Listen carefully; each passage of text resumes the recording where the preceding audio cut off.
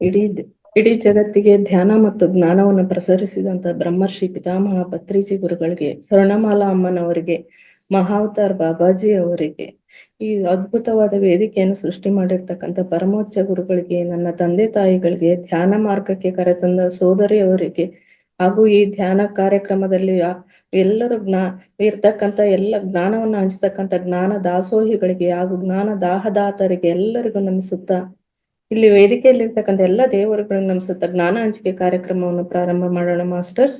ಜ್ಞಾನ ಹಂಚಿಕೆಗಾಗಿ ಆಯ್ಕೆ ಮಾಡಿಕೊಂಡಿರ್ತಕ್ಕಂಥ ವಿಷಯ ಪ್ರಾಣಶಕ್ತಿ. ಅದರಲ್ಲಿ ಅದರ ಬಗ್ಗೆ ಇಂದು ಆಯ್ಕೆ ಮಾಡ್ಕೊಂಡಿರ್ತಕ್ಕಂಥ ವಿಷಯ ಪ್ರಾರ್ಥನೆ ಮತ್ತು ದುರಾಭಿಮಾನ ಅಂತ ಹೇಳ್ಬಿಟ್ಟು, ಈ ಪ್ರಾಣಶಕ್ತಿ ಅಂತಕ್ಕಂಥದ್ದು ಪ್ರಾಣಶಕ್ತಿಯನ್ನ ಪಡೆಯುವಾಗ ಪ್ರಾರ್ಥನೆ ಅಂತಕ್ಕಂಥದ್ದು ಯಾವ ರೀತಿಯಾಗಿ ತನ್ನ ಕರ್ತವ್ಯವನ್ನು ನಿರ್ವಹಿಸುತ್ತೆ ಅನ್ನೋದ್ರ ಬಗ್ಗೆ ತಿಳಿತಾ ಹೋಗೋಣ ಮಾಸ್ಟರ್ಸ್. ಪ್ರಾರ್ಥನೆ ಮಾಡುತ್ತಿರುವಾಗ ಅಥವಾ ಮಹಾ ಮಂತ್ರವನ್ನು ಪಠಿಸುತ್ತಿರುವಾಗ, ನಾವು ಈ ಧ್ಯಾನಕ್ಕೆ ಬರೋದಕ್ಕಿಂತ ಮುಂಚೆ ಅಥವಾ ಧ್ಯಾನಕ್ಕೆ ಬಂದಾಗ್ಲೂ ಕೂಡ ನಮ್ಗೆ ಸಾಕಷ್ಟು ದೇವರ ಪ್ರಾರ್ಥನೆ ಇವು ಸ್ತೋತ್ರಗಳನ್ನ ಹೇಳೋದು ಎಷ್ಟು ಸೂಕ್ತ ಅನ್ನೋ ಪ್ರಶ್ನೆಗಳು ನಮ್ಮಲ್ಲಿ ಅದ್ಭುತವಾಗಿ ಕಾಡ್ತಾ ಇರ್ತದೆ ಮಾಸ್ಟರ್ಸ್. ಇದುವರೆಗೂ ಕೂಡ ಇನ್ನು ಸಾಕಷ್ಟು ಜನ ಎಷ್ಟೋ ದಿನ ಧ್ಯಾನದಲ್ಲಿ ಭಾಗವಹಿಸಿದ್ರು ಕೂಡ ಪ್ರಾರ್ಥನೆ ಯಾಕೆ ಬೇಡ, ಪೂಜೆ ಯಾಕೆ ಬೇಡ ಅನ್ನೋ ಪ್ರಶ್ನೆ ಇದ್ದೇ ಇರ್ತದೆ ಮಾಸ್ಟರ್ಸ್. ಆದ್ರೆ ಮಂತ್ರ ಪಠಿಸ್ತಾ ಇರ್ಬೇಕಾದ್ರೆ ಮನಸ್ಸು ತನ್ನ ಕೆಲಸವನ್ನ ಮಾಡ್ತಾ ಇರ್ತದೆ. ಅದಕ್ಕೋಸ್ಕರ ಅದು ಧ್ಯಾನದಷ್ಟು ಸೂಕ್ತವಾದದ್ದಲ್ಲ, ಆತ್ಮೋನ್ನತಿಗೆ ಧ್ಯಾನದಷ್ಟು ಸೂಕ್ತವಲ್ಲ ಅನ್ನೋದಷ್ಟೇ ಮಾಸ್ಟರ್ಸ್. ಆದ್ರೆ ಒಬ್ಬ ವ್ಯಕ್ತಿ ತನ್ನ ಪ್ರಾಣಶಕ್ತಿಯನ್ನು ಉಪಯೋಗಿಸಿಕೊಂಡು, ನಮ್ಮಲ್ಲಿ ಪ್ರಾಣಶಕ್ತಿಯ ಪ್ರವಾಹ ಹೆಚ್ಚಿದ್ದಾಗ, ಪ್ರಾಣಶಕ್ತಿಯನ್ನು ಉಪಯೋಗಿಸಿಕೊಂಡು ಪ್ರಾರ್ಥನೆಯನ್ನು ಮಾಡುತ್ತಾ ಹೋದಾಗ ಹೇಳ್ತಿರ್ತೀವಿ, ನಾವು ಧ್ಯಾನ ಮಾಡಿದ ನಂತರ ನಾವು ಎಲ್ಲರಿಗೂ ಕೂಡ ಧನ್ಯತಾ ಭಾವನ್ನ ಅರ್ಪಿಸೋದ್ರ ಜೊತೆಗೆ ನಮ್ಮ ಏನು ಈಡೇರಿಕೆ ಇರ್ತದಲ್ಲ, ಸ್ವಯಂ ವಾಂಛಿತ ಸಫಲತೆಯನ್ನು, ಅಗತ್ಯವಿರುವ ಉತ್ತರವನ್ನು ಕೂಡ ಪಡೆಯುತ್ತಿರಬಹುದು. ಪ್ರಶ್ನೆ ಹಾಕೊಂಡಾಗ ನಾವು ನಮ್ಗೆ ನಮ್ಮ ಕೋರಿಕೆಯ ಪ್ರಶ್ನೆಯನ್ನು ಹಾಕಿಕೊಂಡಾಗ ನಮ್ಮ ಪ್ರಾಣಶಕ್ತಿ ಅರಿವು ಧ್ಯಾನದ ನಂತರ ಅದರಿಂದ ಉತ್ತರವನ್ನು ಕೂಡ ಪಡೆಯಬಹುದು ಅಂತ ಹೇಳ್ತಿದ್ದಾರೆ ಮಾಸ್ಟರ್ಸ್. ಒಬ್ಬ ವ್ಯಕ್ತಿಯ ಪ್ರಾರ್ಥನೆಯ ತೀವ್ರತೆಯು ಅಧಿಕವಾಗಿದ್ದರೆ ಆ ವ್ಯಕ್ತಿಯಲ್ಲಿ ಪ್ರಾಣಶಕ್ತಿಯೂ ಸಹ ಅಧಿಕವಾಗಿರುತ್ತದೆ. ಹೀಗೆ ಅಧಿಕವಾಗುತ್ತಿರುವ ಪ್ರಾಣಶಕ್ತಿಯಿಂದ ಜೀವನದ ಸಾಮರಸ್ಯ ಸ್ಥಿತಿ, ಸಂತೋಷಗಳು ಕೇವಲ ಆ ವ್ಯಕ್ತಿಗೆ ಮಾತ್ರವೇ ಅಲ್ಲದೆ ಇತರರಿಗೂ ಕೂಡ ಲಭಿಸುತ್ತಿರುತ್ತದೆ. ಮನೆಯಲ್ಲಿ ಯಾರಾದ್ರೂ ಒಬ್ರು ಧ್ಯಾನ ಮಾಡಿದ್ರೆ ಸಾಕು, ಆ ಮನೆಯ ವಾತಾವರಣವೇ ಬದಲಾಗುತ್ತೆ. ಸಾಧನೆ ಮೇಲೆ ಮನೆಯಲ್ಲಿರ್ತಕ್ಕಂಥ ಎಲ್ಲರೂ ಕೂಡ ಧ್ಯಾನಕ್ಕೆ ಬರುವ ಸಾಧ್ಯತೆ ಇದೆ ಅಂತ ಏನ್ ಹೇಳ್ತಿದಾರಲ್ಲ ಮಾಸ್ಟರ್ಸ್, ಅದು ಪ್ರಾಣಶಕ್ತಿಯ ಪ್ರಭಾವವೇನೆ ಮಾಸ್ಟರ್ಸ್. ಹಾಗೆ 2 ರೀತಿಯ ಪ್ರಾರ್ಥನೆಗಳಿವೆ. ಈ ಪ್ರಾರ್ಥನೆಗಳಲ್ಲಿ 2 ರೀತಿಯ ಪ್ರಾರ್ಥನೆಗಳಿವೆ. ಮೊದಲನೇ ರೀತಿಯ ಪ್ರಾರ್ಥನೆ ವ್ಯಕ್ತಿಗೆ ಮಾತ್ರ ಉಪಯೋಗವನ್ನು ಉಂಟು ಮಾಡುತ್ತಿರುತ್ತದೆ. ತನಗಷ್ಟೇ ಉಪಯೋಗ ಆಗ್ಬೇಕು ಅಂತ ಬಳಕೆ ಮಾಡ್ಕೊಳ್ಳೋ ಪ್ರಾರ್ಥನೆ ಒಂದು. ಆದ್ರೆ 2ನೇ ವಿಧದ ಪ್ರಾರ್ಥನೆ ಆಗಿದೆ ಇಡೀ ಸರ್ವರಿಗೂ ಉಪಯೋಗವಾಗ್ತಕ್ಕಂಥ ಪ್ರಾರ್ಥನೆ, ಅಥವಾ ಇಡೀ ವಿಶ್ವಕ್ಕೆ ಒಳಿತಾಗಲಿ ಅಂತಕ್ಕಂಥ ಪ್ರಾರ್ಥನೆ ಆಗಿದೆ. ಸರ್ವೇ ಜನ ಸುಖಿನೋ ಭವಂತು ಅಂತ ನಾವು ಈ ಕಾರ್ಯಕ್ರಮ ಮುಗಿಬೇಕಾದ್ರೆ ನಾವು ಈ ಶ್ಲೋಕವನ್ನ ಹೇಳಿ ಮುಕ್ತಾಯಗೊಳಿಸ್ತೀವಿ ಮಾಸ್ಟರ್ಸ್. ಉದ್ದೇಶ ಇದೆ ಮಾಸ್ಟರ್ಸ್, ಯಾರಲ್ಲಿ ಏನೇ ಇದ್ರೂ ಕೂಡ ಕೊನೆಯದಾಗಿ ಸರ್ವೇ ಜನ ಸುಖಿನೋ ಭವಂತು, ಇದು ವಸುದೈವಕ ಕುಟುಂಬ, ಆದ್ದರಿಂದ ಎಲ್ಲರಿಗೂ ಒಳಿತಾಗ್ಲಿ ಅಂತ ಬಯಸೋ ಪ್ರಾರ್ಥನೆ ಇದು 2ನೇದು. ಇದನ್ನ ಯಾವುದೇ ವಿಶ್ವ ಯೋಗಕ್ಷೇಮಕ್ಕಾಗಿ ಪ್ರಾರ್ಥಿಸುವ ವ್ಯಕ್ತಿ, ನಾವು ವಿಶ್ವ ಯೋಗಕ್ಷೇಮಕ್ಕಾಗಿ ಪ್ರಾರ್ಥನೆ ನಾವು ಸಲ್ಲಿಸ್ತಾ ಇದ್ದೀವಿ ಅಂದ್ರೆ ಸ್ವಾರ್ಥ ಪ್ರಯೋಜನಕ್ಕಾಗಿ ಪ್ರಾರ್ಥಿಸುವ ವ್ಯಕ್ತಿಗಿಂತ ಅಧಿಕ ಪ್ರಾಣಶಕ್ತಿಯನ್ನ ಪಡಿತಾರೆ. ಏನಕ್ಕೋಸ್ಕರ ಈ ಪ್ರಾರ್ಥನೆ ವಿಶ್ವ ಕ್ಷೇಮಕ್ಕಾಗಿ ಯಾಕೆ ಕೇಳ್ಬೇಕು ಈ ಪ್ರಾರ್ಥನೆ ಅಂದ್ರೆ, ನಮ್ಮಲ್ಲಿ ಪ್ರಾಣಶಕ್ತಿಯ ಪ್ರವಾಹ ಹೆಚ್ಚಾಗುತ್ತೆ. ವಿಶ್ವ ಯೋಗಕ್ಷೇಮಕ್ಕೋಸ್ಕರ ನಮ್ಮ ಕೋರಿಕೆಯನ್ನ ಇಟ್ಟಿದ್ದೇ ಆದ್ರೆ ಎಲ್ಲರ ಯೋಗಕ್ಷೇಮಕ್ಕಾಗಿ ಸೇವೆಗಾಗಿ ಮಾಡುವ ಪ್ರಾರ್ಥನೆಯಿಂದ ಪ್ರಾಣಶಕ್ತಿ ಪ್ರವೃದ್ಧಿಯಾಗುತ್ತದೆ. ಒಮ್ಮೆ ವಾಣಿಜ್ಯೋದ್ಯಮಿಯೊಂದಿಗೆ ಮುಖಾಮುಖಿಯಲ್ಲಿ ಪಾಲ್ಗೊಂಡ ವಿಷಯವು, ಈ ಲೇಖಕರು ಹೇಳ್ತಾ ಇದ್ದಾರೆ, ವಾಣಿಜ್ಯೋದ್ಯಮಿಯೊಂದಿಗೆ ಮುಖಾಮುಖಿಯಲ್ಲಿ ಪಾಲ್ಗೊಂಡ ವಿಷಯವು ನೆನಪಿಗೆ ಬರುತ್ತದೆ. ನಿಮ್ಮ ಜೀವನದಲ್ಲಿ ನೀವು ಮಾಡಿದ್ದೆಲ್ಲ ಒಂದು ಸಂತೋಷದ ಜೀವನವು ನಿನಗೆ ಇರಬೇಕೆಂದು ಮಾತ್ರವೇ, ಎಲ್ಲರಿಗೂ ಚೆನ್ನಾಗಿರಬೇಕೆಂದು ನೀನು ಎಷ್ಟು ಯೋಚಿಸಿದ್ದೀಯಾ ಅಂತ ಗುರುಗಳು ಪ್ರಶ್ನೆ ಕೇಳಿದಾಗ ಆ ವಾಣಿಜ್ಯೋದ್ಯಮಿ ಹೇಳಿದ್ರಂತೆ, ಇನ್ನೊಬ್ಬರ ಸಂತೋಷದ ಬಗ್ಗೆ ನನಗೆ ಯಾಕೆ, ನನ್ನ ಚಿಂತೆ ನಾನೇ ಮಾಡಬೇಕು ಅಂದ್ರಂತೆ. ಆವಾಗ ಗುರುಗಳು ಹೇಳಿದ್ರಂತೆ, ಆ ವ್ಯಕ್ತಿಯ ಭುಜದ ಮೇಲೆ ಕೈ ಹಾಕ್ಬಿಟ್ಟು, ನಿಮಗಿರುವ ಏಕೈಕ ಸಂತೋಷವು ಇತರ ಸಂತೋಷದ ಮೇಲೆಯೇ ಅವಲಂಬಿತವಾಗಿರುತ್ತದೆ. ನಾನ್ ಸಂತೋಷವಾಗಿರ್ಬೇಕು ಅಂತ ಅಂದ್ರೆ ನಮ್ಮ ಸುತ್ತಮುತ್ತಲಿನವರು ಸಂತೋಷವಾಗಿ ಇದ್ದಾಗ ಮಾತ್ರ ನಾವು ಸಂತೋಷವಾಗಿರ್ಲಿಕ್ಕೆ ಸಾಧ್ಯತೆ ಇದೆ ಮಾಸ್ಟರ್. ಅದು ಬಿಟ್ಟು ಸುತ್ತಮುತ್ತಲಿನವರು ದುಃಖ ದುಗುಡ ದುಮ್ಮಾನದಲ್ಲಿ ಇದ್ದಾಗ ನಾವಷ್ಟೇ ಸಂತೋಷದಲ್ಲಿ ಇದ್ದಾಗ ನಮ್ಮನ್ನ ಬೇರೆ ರೀತಿಯಲ್ಲೇ ಅವರು ಕಾಣ್ತಾರೆ, ಇವ್ರಿಗೇನೋ ಆಗ್ಬಿಟ್ಟೈತಿ ವಿಶೇಷವಾಗಿ ಅಂತ ಹೇಳ್ಬಿಟ್ಟು. ಅದಕ್ಕೋಸ್ಕರ ಬರೀ ನಮ್ಮ ಸಂತೋಷಕ್ಕೋಸ್ಕರ, ನಮ್ಮ ಸ್ವಾರ್ಥ ಸಂತೋಷಕ್ಕೋಸ್ಕರ ನಾವು ಯಾವುದೇ ಪ್ರಾರ್ಥನೆಯನ್ನು ಇಡಬಾರ್ದು. ವಿಶ್ವ ಯೋಗಕ್ಷೇಮಕ್ಕೋಸ್ಕರ ನಮ್ಮ ಪ್ರಾರ್ಥನೆ ಇರಲಿ ಅಂತ ಹೇಳ್ಬಿಟ್ಟು. ಅನಂತರ ಗುರುಗಳನ್ನ ಕೇಳಿದ್ರಂತೆ ಲೇಖಕರು.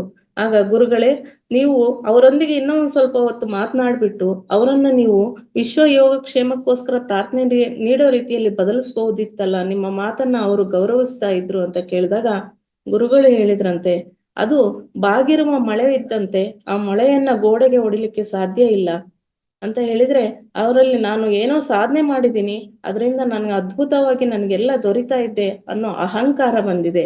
ಅದಕ್ಕೋಸ್ಕರ ಹೇಳ್ತಾರೆ ಮಾಸ್ಟರ್ಸ್, ಧ್ಯಾನಕ್ಕೆ ಬಂದಾಗ ಧ್ಯಾನದ ಅಹಂಕಾರ ನಮ್ಮಲ್ಲಿ ಮೂಡಬಾರದು.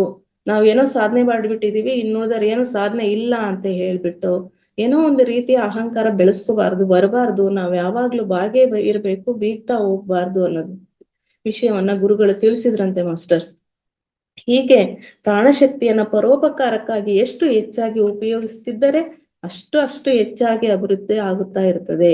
ಪರೋಪಕಾರಕ್ಕಾಗಿನೇ ಬಳಕೆ ಮಾಡಿದ್ದೆ ಆದ್ರೆ ನಾವು ಅಷ್ಟು ಅಭಿವೃದ್ಧಿಯನ್ನ ದಿನನಿತ್ಯವೂ ಕೂಡ ಒಂದಲ್ಲ ಒಂದು ರೀತಿಯಲ್ಲಿ ಈ ವಿಷಯವಾಗಿ ಚರ್ಚೆಗಳಾಗ್ತಾನೆ ಇರ್ತದೆ ಮಾಸ್ಟರ್ಸ್. ಪರೋಪಕಾರ, ಸೇವೆ ಅಂತಕ್ಕಂಥ ವಿಷಯಗಳೆಲ್ಲ ಬಗ್ಗೆ ಅದರ ಮಹತ್ವನೇ ಅಷ್ಟೊಂದಿದೆ ಮಾಸ್ಟರ್ಸ್. ಅದನ್ನ ಹೇಳ್ತಕ್ಕಂಥದ್ದು, ಅದು ಆ ವಿಷಯವನ್ನು ಗ್ರಹಿಸ್ತಕ್ಕಂಥದ್ದು ಬರೇ ನಮ್ಮ ಅಭಿವೃದ್ಧಿಗೆ ಅಲ್ಲ, ಲೋಕ ಕಲ್ಯಾಣಕ್ಕಾಗಿ ನಾವು ಆ ಸೇವೆ ಅಂತಕ್ಕಂಥದ್ದನ್ನ ಮಾಡ್ತಾ ಹೋದಾಗ ನಾವು ತಾನೇನೆ ಅಭಿವೃದ್ಧಿ ಆಗ್ತೀವಿ ಅನ್ನೋದಷ್ಟೇ ಮಾಸ್ಟರ್ಸ್ ಇದರ ಮೂಲ ಉದ್ದೇಶ.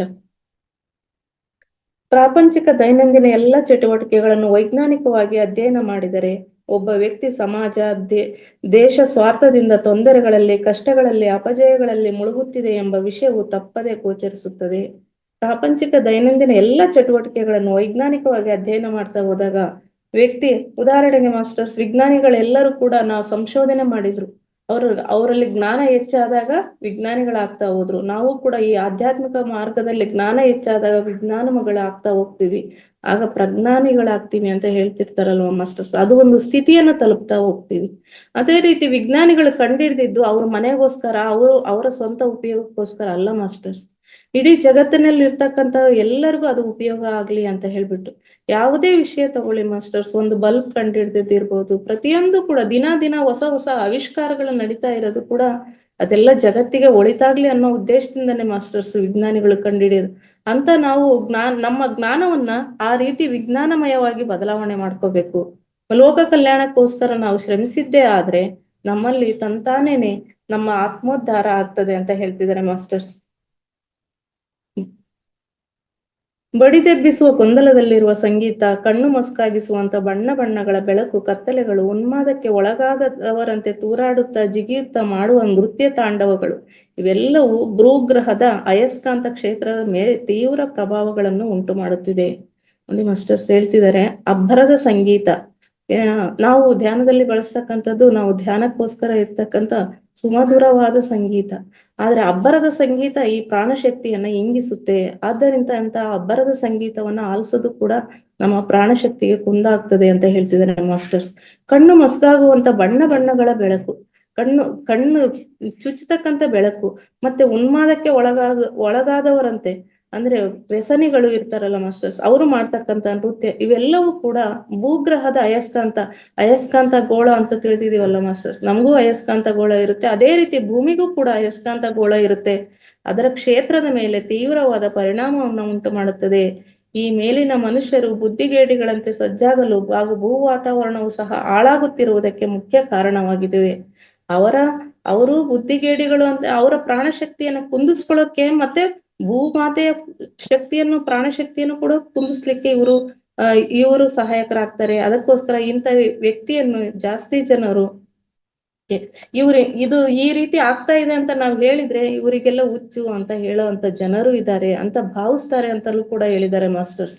ನಾವು ಇಂಥ ವಿಷಯಗಳನ್ನ ಸತ್ಯಾಂಶಗಳನ್ನ ಹೇಳಿದಾಗ ಇವು ಕಟು ಸತ್ಯ ಅಂಶಗಳು, ಆದ್ರೆ ಇವನ್ ಹೇಳ್ತಾ ಇವರಿಗೆಲ್ಲ ಹುಚ್ಚು ಅಂತ ನಮ್ಮನ್ನೇ ಭಾವಿಸ್ತಾರೆ.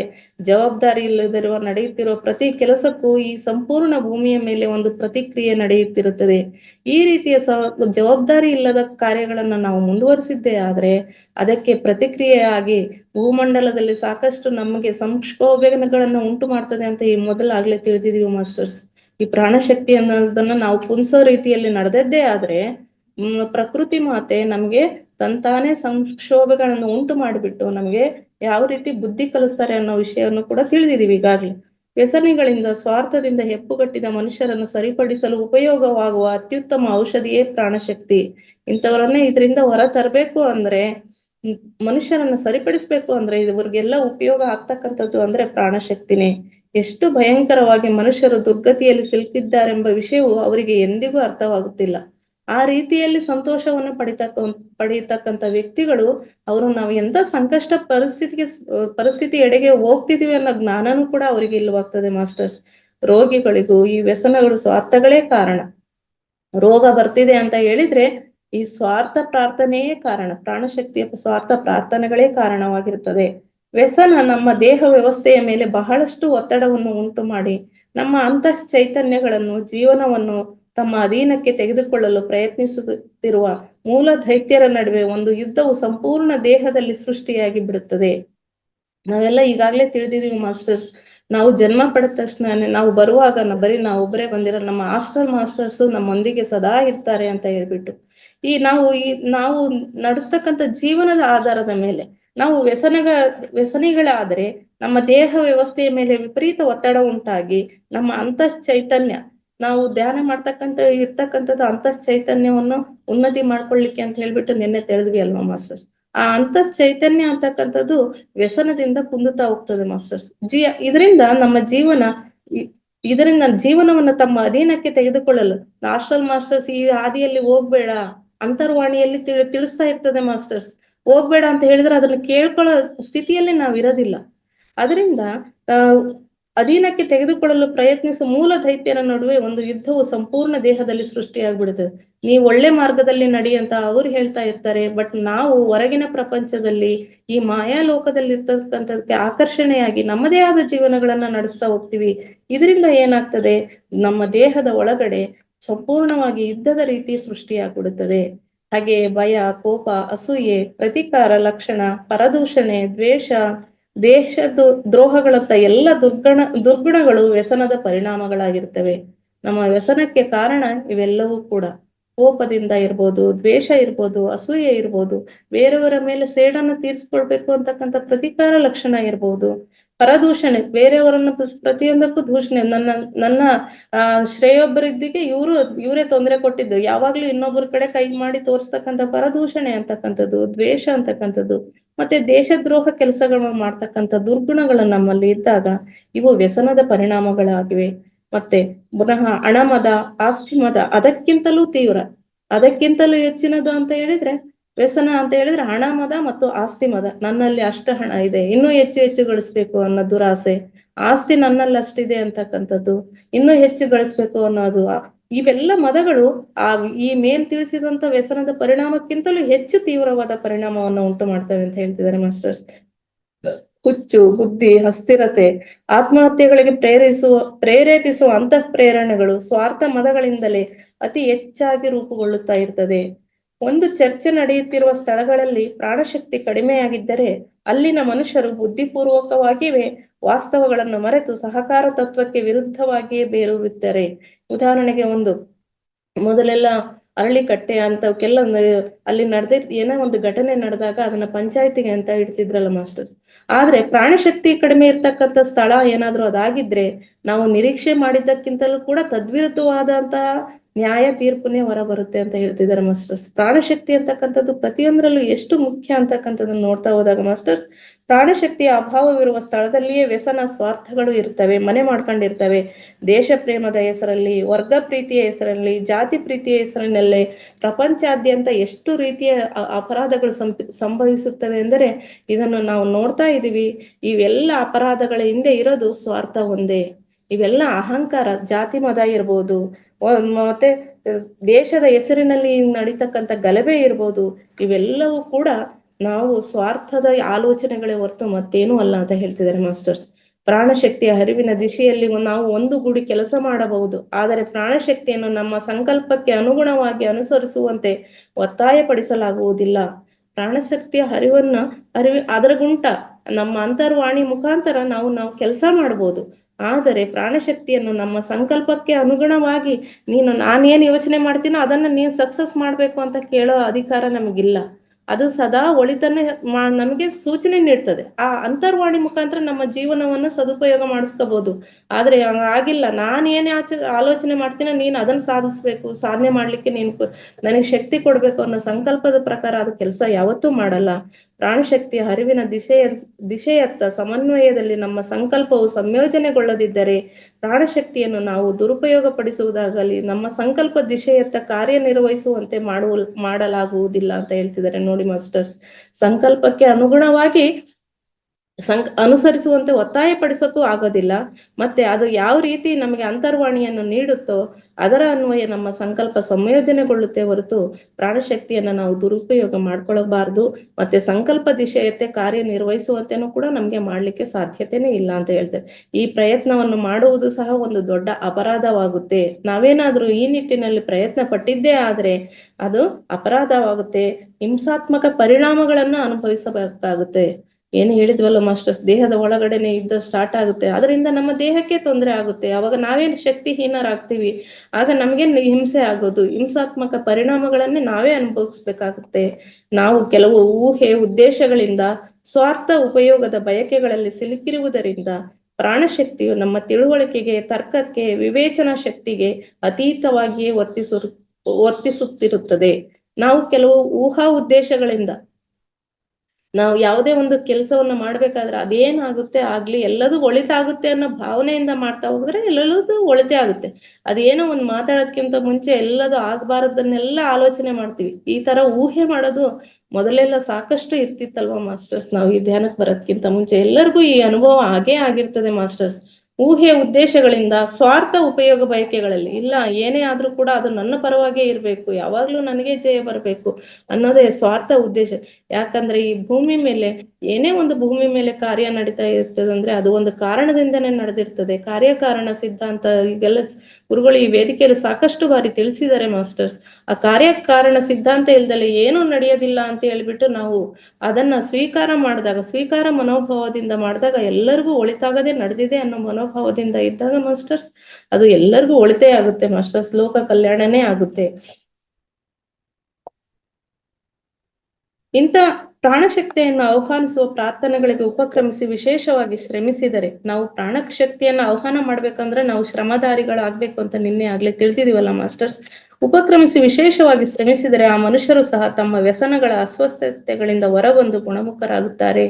ಈ ಪ್ರಾಣಶಕ್ತಿಯನ್ನು ಪಡೀಲಿಕ್ಕೋಸ್ಕರ ಸದಾ ಚಟುವಟಿಕೆಯಿಂದ ಇರ್ತಕ್ಕಂಥದ್ದು, ಸೋಮಾರಿಗಳಾಗದೆ ಲವಲವಿಕೆಯಿಂದ ಇರೋದು, ನಮ್ಮ ಕೆಲಸಗಳಲ್ಲಿ ಶ್ರಮವನ್ನು ವಹಿಸಿದಾಗ ತಂತಾನೆ ಅವರನ್ನು ಕೂಡ ವ್ಯಸನಗಳಿಂದ ಹೊರಬರ್ಲಿಕ್ಕೆ ಸಾಧ್ಯವಿದೆ. ವ್ಯಸನಿಗಳಿಗೆ ಚಿಕಿತ್ಸೆ ಮಾಡದಿದ್ದರೆ ಅಲ್ಲಿ ಸ್ವಾರ್ಥವು ತಲುಪಿ ಬೇರೂರುತ್ತದೆ. ಸ್ವಾರ್ಥದಿಂದ ಹೊರಬರುವುದು ಬಹಳ ಕಷ್ಟ. ವ್ಯಸನಿಗಳಿಗೆ ಅದಕ್ಕೋಸ್ಕರನೇ ಪ್ರತಿಯೊಬ್ಬರಿಗೂ ಪ್ರತಿ ಕ್ಷಣನೂ ಧ್ಯಾನ ಹೇಳ್ತಿರ್ಬೇಕು, ಪಾಂಪ್ಲೆಟ್ಸ್ ಹಂಚ್ತಾ ಇರ್ಬೇಕು. ಎಲ್ಲೋ ಪಾಂಪ್ಲೆಟ್ ಸಿಕ್ಕಿದ್ದು ಯಾರೋ ಜೀವನಗಳನ್ನ ಎಷ್ಟೋ ಜನ ಈ ಧ್ಯಾನಕ್ಕೆ ಬಂದಿರೋರು ಅದೇ ರೀತಿಯಲ್ಲಿ ಇದ್ದಾರೆ. ಅದಕ್ಕೋಸ್ಕರ ನಾವು ನಮ್ಮ ಪ್ರಯತ್ನದಲ್ಲಿ ನಾವಿರ್ಬೇಕು. ನಾವು ಬರ್ತಾರೆ ಬರಲ್ಲ ಬೇಡ, ನಮ್ಮ ಪ್ರಯತ್ನವನ್ನ ನಾವು ಮಾಡ್ತಾ ಇರ್ಬೇಕು ಅಂತ ಹೇಳ್ತಿದ್ದಾರೆ ಮಾಸ್ಟರ್ಸ್. ಅಂತಾರಾಷ್ಟ್ರೀಯ ಅಂತಃ ಕೋಲಾಹಲಗಳು, ದುಃಖಗಳು, ಸಾಂಕ್ರಾಮಿಕಗಳು, ಪ್ರಕೃತಿ ವಿಕೋಪಗಳು ಸಹ ರೂಪುಗೊಂಡಿರುವ ಸ್ವಾರ್ಥ ಮಹಾಜ್ವಾಲಕ್ಕೆ ಪ್ರತ್ಯಕ್ಷ ಪರಿಣಾಮಗಳು. ನಾವ್ ಮೊದಲೇ ತಿಳಿದ್ವಲ್ಲ ಮಾಸ್ಟರ್ಸ್, ಪ್ರಾಣಶಕ್ತಿ ಅಂತಕ್ಕಂಥದನ್ನ ಸದುಪಯೋಗ ಪಡಿಸ್ಕೊಳ್ತಾ ಹೋಗ್ಬೇಕು. ಇಲ್ಲವಾದರೆ ನಮ್ಮ ದೇಹದಲ್ಲಿ ಅರಳಿನ ರೂಪದಲ್ಲಿ ಸಂಗ್ರಹವಾಗಿ ನಮಗೆ ರೋಗವನ್ನು ತರುತ್ತೆ. ಅದೇ ಇಡೀ ಭೂಮಂಡಲದಲ್ಲಾದ್ರೆ ಸಾಕಷ್ಟು ಸಂಕ್ಷೋಭೆಗಳನ್ನು ಉಂಟು ಮಾಡುತ್ತೆ. ಅದು ಯಾವ ರೀತಿಯ ಅಂತಃ ಕೋಲಾಹಲಗಳು ಉಂಟಾಗುತ್ತವೆ, ದುಃಖ, ಸಾಂಕ್ರಾಮಿಕ ರೋಗ.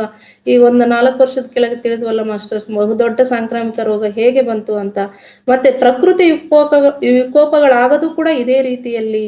ಇದರಿಂದ ಅಂತ ಸಮಯದಲ್ಲಿ ನಾವು ಹೆಚ್ಚು ಧ್ಯಾನಗಳ ಮಾಡೋದ್ರ ಮುಖಾಂತರ ಅದು ಯಾಕೆ ಬಂದಿದೆ, ಅದರಿಂದ ನಮಗೇನು ಪಾಠ ಕಲಿಸ್ಲಿಕ್ಕೆ ಬಂದಿದೆ ತಿಳಿದು ಅದರಿಂದ ಅಂತ ಸಮಯದಲ್ಲಿ ನಾವು ಧೈರ್ಯವಾಗಿ ಮತ್ತು ನಮ್ಮ ಆತ್ಮಸ್ಥಿತಿಯಲ್ಲಿ ಇರ್ಬೇಕು ಅನ್ನೋ ವಿಷಯವನ್ನ ಹೇಳ್ತಿದಾರೆ ಮಾಸ್ಟರ್ಸ್.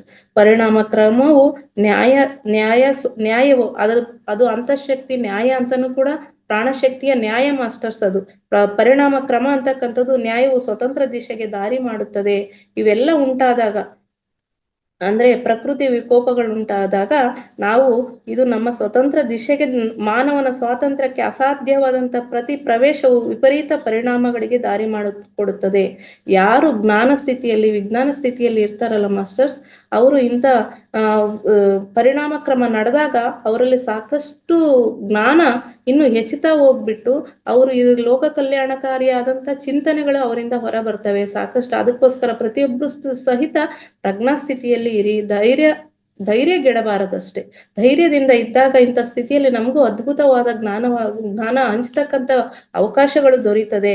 ವ್ಯಸನ ಸ್ವಾರ್ಥಗಳು ಮಾನವನ ಸ್ವತಂತ್ರವನ್ನು ಸಂಪೂರ್ಣವಾಗಿ ನಾಶ ಮಾಡಿ ಆತನಿಗೆ ತಿಳಿಯದಂತೆ ಆತನನ್ನು ದಾಸನಂತೆ ಗುಲಾಮನಂತೆ ಬದಲಿಸುತ್ತದೆ. ಆದರೆ ಸ್ವಾರ್ಥ ಇದೆಯಲ್ಲ ಮಾಸ್ಟರ್ಸ್, ಆ ಸ್ವಾರ್ಥಿಗಳಿಗೆ ಏನ್ ಮಾಡ್ತದೆ, ಮಾನವನನ್ನ ದಾಸನನ್ನಾಗಿ ಮಾಡುತ್ತೆ, ಗುಲಾಮನಂತಾಗಿ ಮಾಡುತ್ತದೆ ಅಂತ ಹೇಳ್ತಿದ್ದಾರೆ ಮಾಸ್ಟರ್ಸ್. ಸಾರ್ವಜನಿಕ ಹಣದ ಬಹುಪಾಲು ತೆರಿಗೆ ರೂಪದಲ್ಲಿ ಆಯುಧಗಳಿಗೆ ತನ್ಮೂಲಕ ಎಷ್ಟೋ ಜೀವನಗಳ ನಾಶಕ್ಕೆ ಉಪಯೋಗಿಸಲಾಗುತ್ತಾ ದುರುಪಯೋಗವಾಗುತ್ತದೆ. ತಿಳಿದ್ವಲ್ಲ ಮಾಸ್ಟರ್ಸ್, ಈ ಪ್ರಾಣಶಕ್ತಿ ಅಂತಕ್ಕಂಥದನ್ನ ನಮ್ಮಲ್ಲಿ ಸಂಗ್ರಹ ಮಾಡ್ತಕ್ಕಂಥ ಹಣವನ್ನ ಬರೀ ಯುದ್ಧದ ಉದ್ದೇಶಕ್ಕೋಸ್ಕರನೇ ಬರೀ ಆಯುಧಗಳಿಗೆ ಬಳಸಿದಾಗ ಅದರಿಂದ ಆ ಯುದ್ಧದಕ್ಕೋಸ್ಕರ ಬಳಸ್ತಕ್ಕಂಥ ಆಯುಧಗಳಿಂದ ಎಷ್ಟೋ ಜನರ ಜೀವನ ಹೋಗೋದ್ರಿಂದ ಏನಾಗ್ತಿದೆ ಅಂತ ಹೇಳಿದ್ರೆ, ಇಂಥ ದೇಶ ಅಸ್ವಸ್ಥತೆಗಳನ್ನ ಬದಲಾಯಿಸಲು ಏಕೈಕ ಪರಮೌಷಧ ಅಂದ್ರೂ ಕೂಡ ಪ್ರಾಣಶಕ್ತಿನೇ. ಇದಕ್ಕೋಸ್ಕರ ದೇಶಕ್ಕೋಸ್ಕರ ಶಾಂತಿ ಅಂತ ಹೇಳ್ಬಿಟ್ಟು ವಾರಕ್ಕೊಮ್ಮೆ ನಾವು ಕೂಡ ಪ್ರತಿ ಭಾನುವಾರ ಶಾಂತಿ ಇಡೀ ವಿಶ್ವ ಶಾಂತಿಗೋಸ್ಕರನೇ ಧ್ಯಾನ ಮಾಡ್ತಿರೋ ಮೂಲ ಉದ್ದೇಶನೂ ಕೂಡ ಇದೆ ಮಾಸ್ಟರ್ಸ್. ಯಾವ ದೇಶಗಳು ತಮ್ಮ ಪ್ರಾಣಶಕ್ತಿಯನ್ನು ಕ್ಷೀಣಿಸ್ಕೊಳ್ತಾ ಇದ್ದಾವೋ ದುರಾಲೋಚನೆಯಿಂದ ಈ ರೀತಿಯ ಆಯುಧಗಳ ಸಂಗ್ರಹಣೆ ಮಾಡೋದು ಇವೆಲ್ಲವುಗಳಿಂದ ಎಲ್ಲ ದೇಶಗಳು ಶಾಂತ ಸ್ಥಿತಿಗೆ ಬರಲಿ, ಪ್ರಾಣಶಕ್ತಿ ಇಡೀ ವಿಶ್ವವೇ ಪ್ರಾಣಶಕ್ತಿಯನ್ನು ಹೆಚ್ಚು ಹೆಚ್ಚು ಗ್ರಹಿಸ್ಲಿ ಅನ್ನೋ ಉದ್ದೇಶಕ್ಕೋಸ್ಕರನೇ ಧ್ಯಾನ ಮಾಡ್ತಾ ಇರೋದು ಮಾಸ್ಟರ್ಸ್. ಇದೆಲ್ಲದಕ್ಕೂ ಮೂಲ ಉದ್ದೇಶನೇ ಪರಮೌಷಧ ಅಂದ್ರೇನೆ ಪ್ರಾಣಶಕ್ತಿ ಹೆಚ್ಚಾಗಿತ್ತು ಅಂದ್ರೆ ಇವೆಲ್ಲ ಆಲೋಚನೆಗಳು ಬರಲ್ಲ, ಈ ರೀತಿಯ ಯುದ್ಧಗಳು ಕೂಡ ನಡೀಲಿಕ್ಕೆ ಸಾಧ್ಯನೇ ಇಲ್ಲ ಅಂತ ಹೇಳ್ತಿದ್ದಾರೆ ಮಾಸ್ಟರ್ಸ್. ಚರ್ಚೆಗಳಿಂದ ವಿಚಾರಗಳಿಂದ ತಮ್ಮ ಸಮಸ್ಯೆಗಳನ್ನು ಪರಿಹರಿಸಿಕೊಳ್ಳದೇ ಇರುವುದು ಮಾನವ ಜನಾಂಗದ ವಿವೇಕಕ್ಕೆ ಬುದ್ಧಿವಂತಿಕೆಗೆ ಅವಮಾನ. ನಾವು ಚರ್ಚೆಗಳಿಂದ ವಿಚಾರಗಳಿಂದ ನಮಗೆ ತಿಳಿದಿರ್ಲಿಕ್ಕಿಲ್ಲ ಆ ವಿಷಯ, ಆದ್ರೆ ಬೇರೆಯವರ ಜೊತೆ ಚರ್ಚೆ ಮಾಡಿದಾಗ ಮತ್ತೆ ವಿಚಾರಗಳನ್ನ ಮತ್ತೆ ಸಮಸ್ಯೆಗಳನ್ನ ಪರಿಹರಿಸಿಕೊಳ್ಳದೆ ಮಾನವ ಜನಾಂಗ ದೇಶಗಳ ನಡುವೆ ಮಾನವ ಜನಾಂಗವನ್ನ ನಾಶ ಮಾಡ್ತಕ್ಕಂಥ ಯುದ್ಧ ಮಾಡ್ತಕ್ಕಂಥ ವಿವೇಕ ಬುದ್ಧಿವಂತಿಕೆ ಮಾಡ್ತಾ ಇದ್ದಾವೆ ಅಂದ್ರೆ ಇದು ಒಂದು ರೀತಿಯ ಅವಮಾನನೇ ಸರಿ. ಸುವ್ಯವಸ್ಥಿತವಾಗಿ ನಡೆಯುತ್ತಿರುವ ಪ್ರತಿ ಚರ್ಚೆಗಳಲ್ಲಿಯೂ ಪ್ರಾಣಶಕ್ತಿ ವಿಸ್ತಾರವಾಗಿ ಪಸರಿಸುತ್ತಾ ಉಭಯರಿಗೂ ಯುಕ್ತವಾದ ಸಹಕಾರ ಪರಿಷ್ಕಾರವೂ ಲಭಿಸುತ್ತಿರುತ್ತದೆ. ಯಾವುದೋ ಒಂದು ವಿಷಯ ಉತ್ತಮವಾದ ವಿಚಾರ ಸಜ್ಜನ ಸಾಂಗತ್ಯದ ಮೂಲ ಉದ್ದೇಶ ಇದೆ ಮಾಸ್ಟರ್. ಸಜ್ಜನ ಸಾಂಗತ್ಯ ಯಾಕೆ ಬೇಕು ಅಂತ ಹೇಳಿದ್ರೆ ಇಲ್ಲಿ ಸುವ್ಯವಸ್ಥಿತವಾಗಿ ಜ್ಞಾನ ಹಂಚಿಕೆ ಆಗ್ತಾ ಇರ್ತದೆ ಮಾಸ್ಟರ್. ಈ ಪ್ರತಿ ಚರ್ಚೆಯಲ್ಲೂ ಕೂಡ ಪ್ರಾಣಶಕ್ತಿ ಅನ್ನೋದು ಹೊರಬಂದು ಅಂದ್ರೆ ಅತಿ ಹೆಚ್ಚಾಗಿ ಪ್ರಾಣಶಕ್ತಿ ಇರ್ತಕ್ಕಂಥ ಗುರುಗಳಿಂದ ಪ್ರಾಣಶಕ್ತಿ ವಿಸ್ತಾರವಾಗಿ ಪ್ರಸಾರ ಆಗ್ತದೆ ಮಾಸ್ಟರ್. ಇದನ್ನ ಕೇಳುವವರಿಗೂ ಕೂಡ ಯುಕ್ತವಾದ ಸಹಕಾರ ಪರಿಷ್ಕಾರವೂ ಸಹಿತ ಲಭಿಸುತ್ತದೆ. ಅವರಿಗೂ ಕೂಡ ಈ ಪ್ರಾಣಶಕ್ತಿಯ ಅರಿವು ಅಂತಕ್ಕಂಥದ್ದು ಬಂದು ಅವರ ಗೋಳವು ಕೂಡ ಉತ್ತಮ ಸ್ಥಿತಿಯನ್ನು ಪಡೆಯಲಿಕ್ಕೆ ಸಾಧ್ಯತೆ ಇದೆ. ಪ್ರಾಣಶಕ್ತಿಗೆ ಏನು ಮಾಡಬೇಕೆಂದು ತಿಳಿದಿದೆ, ನಾವು ಮನವಿ ಮಾಡಿ ಏನು ಮಾಡಬಾರದು ಎಂಬುದು ತಿಳಿದಿರುತ್ತದೆ. ಬರೀ ನಮಗೆ ಪ್ರಾಣಶಕ್ತಿಗೆ ಏನ್ ಮಾಡ್ಬೇಕಂತ ತಿಳಿದಿದೆ, ಆದ್ರೆ ನಾವು ಮನವಿ ಮಾಡ್ಬೋದು.